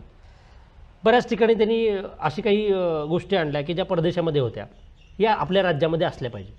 तुम्ही पर्यटन करता, पर्यटनाबद्दल तुम्ही मगापासून बोलताय, तर अशा पद्धतीचं एक ठिकाण आपल्याकडे पण असावं किंवा असा डेव्हलपमेंट व्हावी असा विचार तुम्ही करता का? हो, नक्की. आता कसं होतंय की आता आमचा परिसर हा अभयारण्यासाठी प्रसिद्ध आहे आणि अभयारण्य पाहायला येणारे लोक आम्ही त्यांना जंगल सफारीच्या गाडीतून त्यांना अभयारण्य दाखवतो. बरोबर. पण त्याच्यापेक्षा वेगळ्या पद्धतीने अभयारण्य बघता येईल काय किंवा अजून काही त्याच्यावरती करता येईल काय, तर आम्ही असा विचार करत होतो की आता आपल्या केरळमधल्या पेरियारमध्ये एक अशी हे आहे की तिथं येणारे जे पर्यटक आहेत अभयारण्य बघायला, त्यांना त्या बॅकवॉटरमध्ये त्यांना बोटीतून नेलं जातं आणि त्यांना असं त्याची सफारी केली जाते. आता आमच्याकडे सुद्धा तशीच परिस्थिती आहे. राधानगरीचं बॅकवॉटर आहे किंवा दुधगंगेचं बॅकवॉटर आहे. दोन्ही ठिकाणी असं समृद्ध असं अभयारण्य पाहायला मिळते.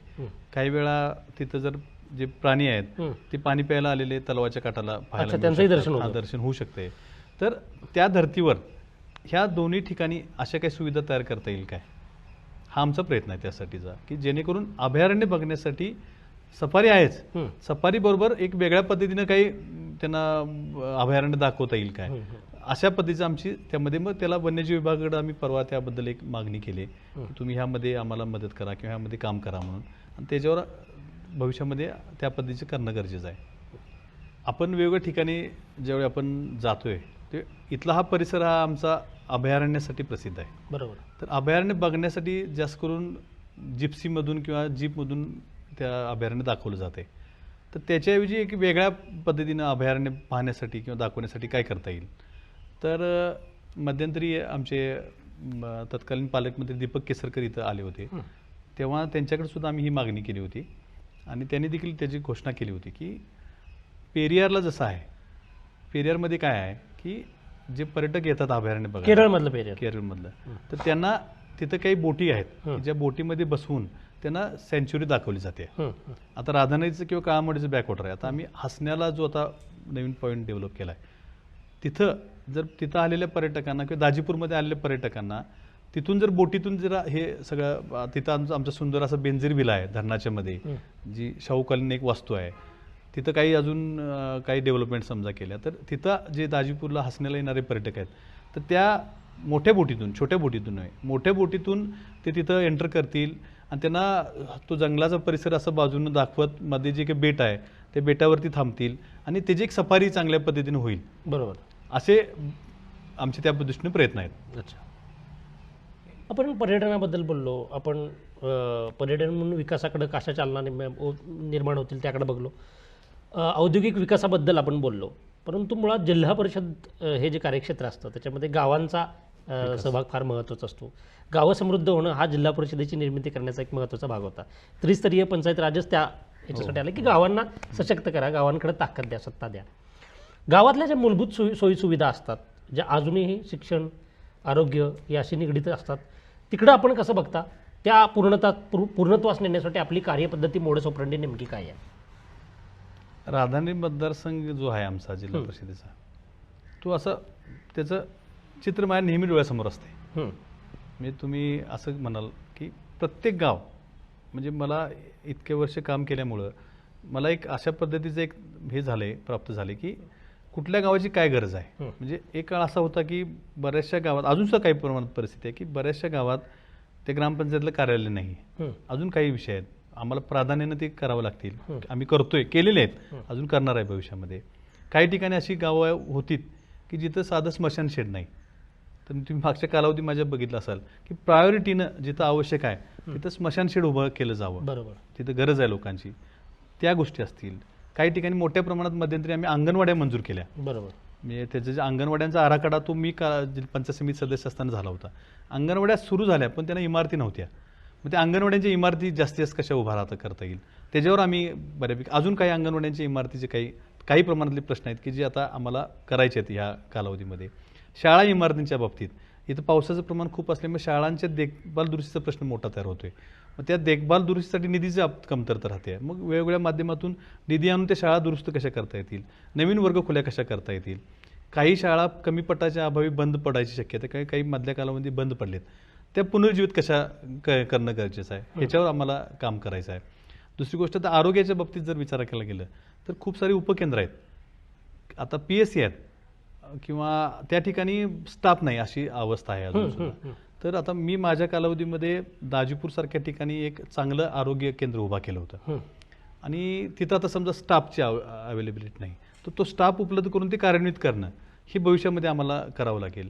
अजून सुद्धा काही ठिकाणी उपकेंद्र नव्यानं स्थापन करणं गरजेचं आहे किंवा अजून सुद्धा काही आरोग्य सुविधा आपल्याला पुरवायच्या आहेत.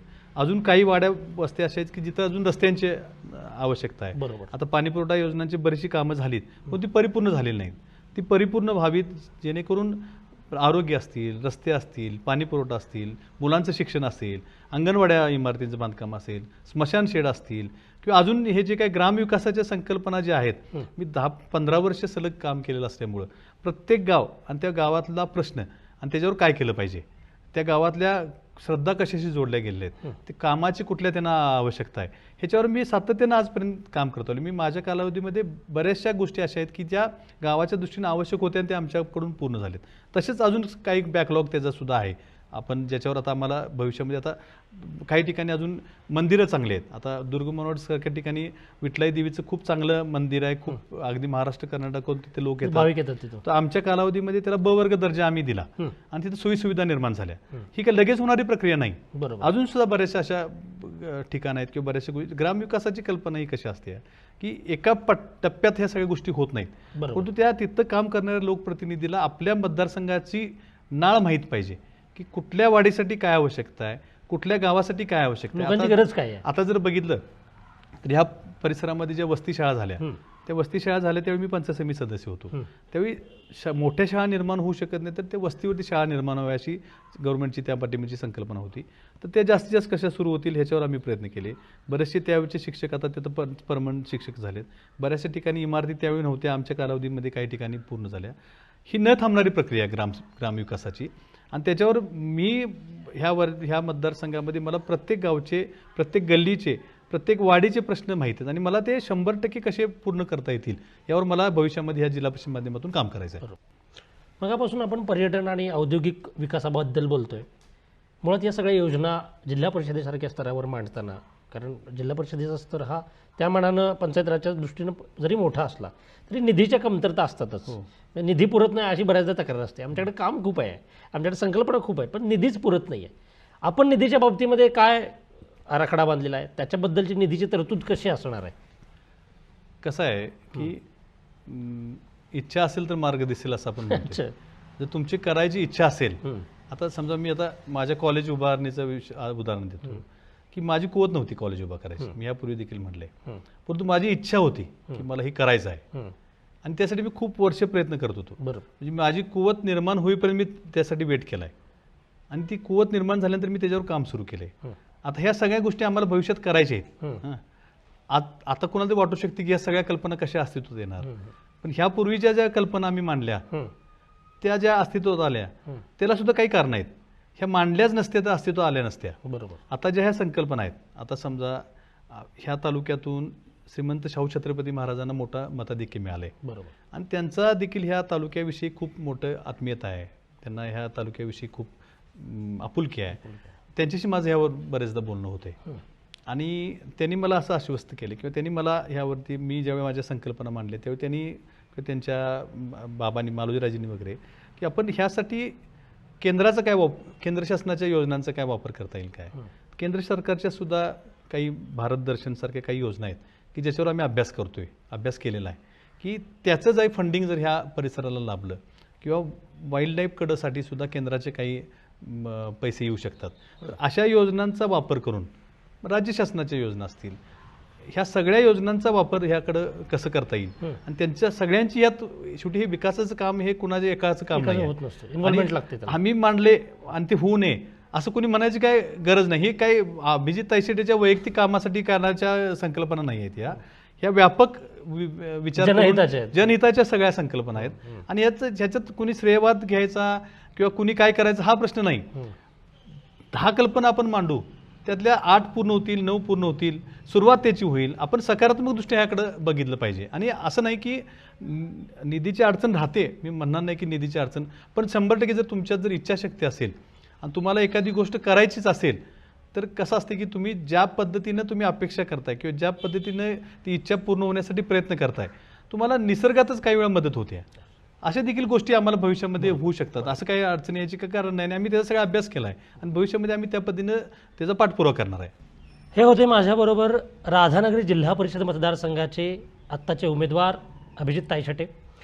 पर्यटन, समाजशास्त्र आणि एकूण अर्थशास्त्र याबद्दलची त्यांची जाण आपण बघितली, त्यांची मतं आपण बघितलीत. मुळामध्ये हा परिसर सगळा शाहू विचारांनी फुललेला परिसर आहे. शाहू महाराजांच्या उदात्त समाज सुधारण्याची, समाज धोरणांची जी काही कामं या परिसरामध्ये झालीत, जी प्रत्यक्ष झाली, जी विचारांनी झाली, त्यांचा प्रभाव अभिजित तायशेटे यांच्यावर आहे. त्यांनी आमच्याशी संवाद साधला, त्याबद्दल मी त्यांचे आभार मानतो. एक उत्कृष्ट राज्यकर्ते आपण व्हावेत, शाहू महाराजांच्या विचारांची कास आपण सतत धरावीत, या शुभेच्छा मी तुम्हाला देतो आणि मी आपली रजा घेतो आणि आपला आभार मानतो की आपण मला वेळ दिलात. धन्यवाद. अशाच नवनवीन अपडेट्ससाठी डिजिटल कोल्हापूर चॅनेलला सबस्क्राईब करायला विसरू नका.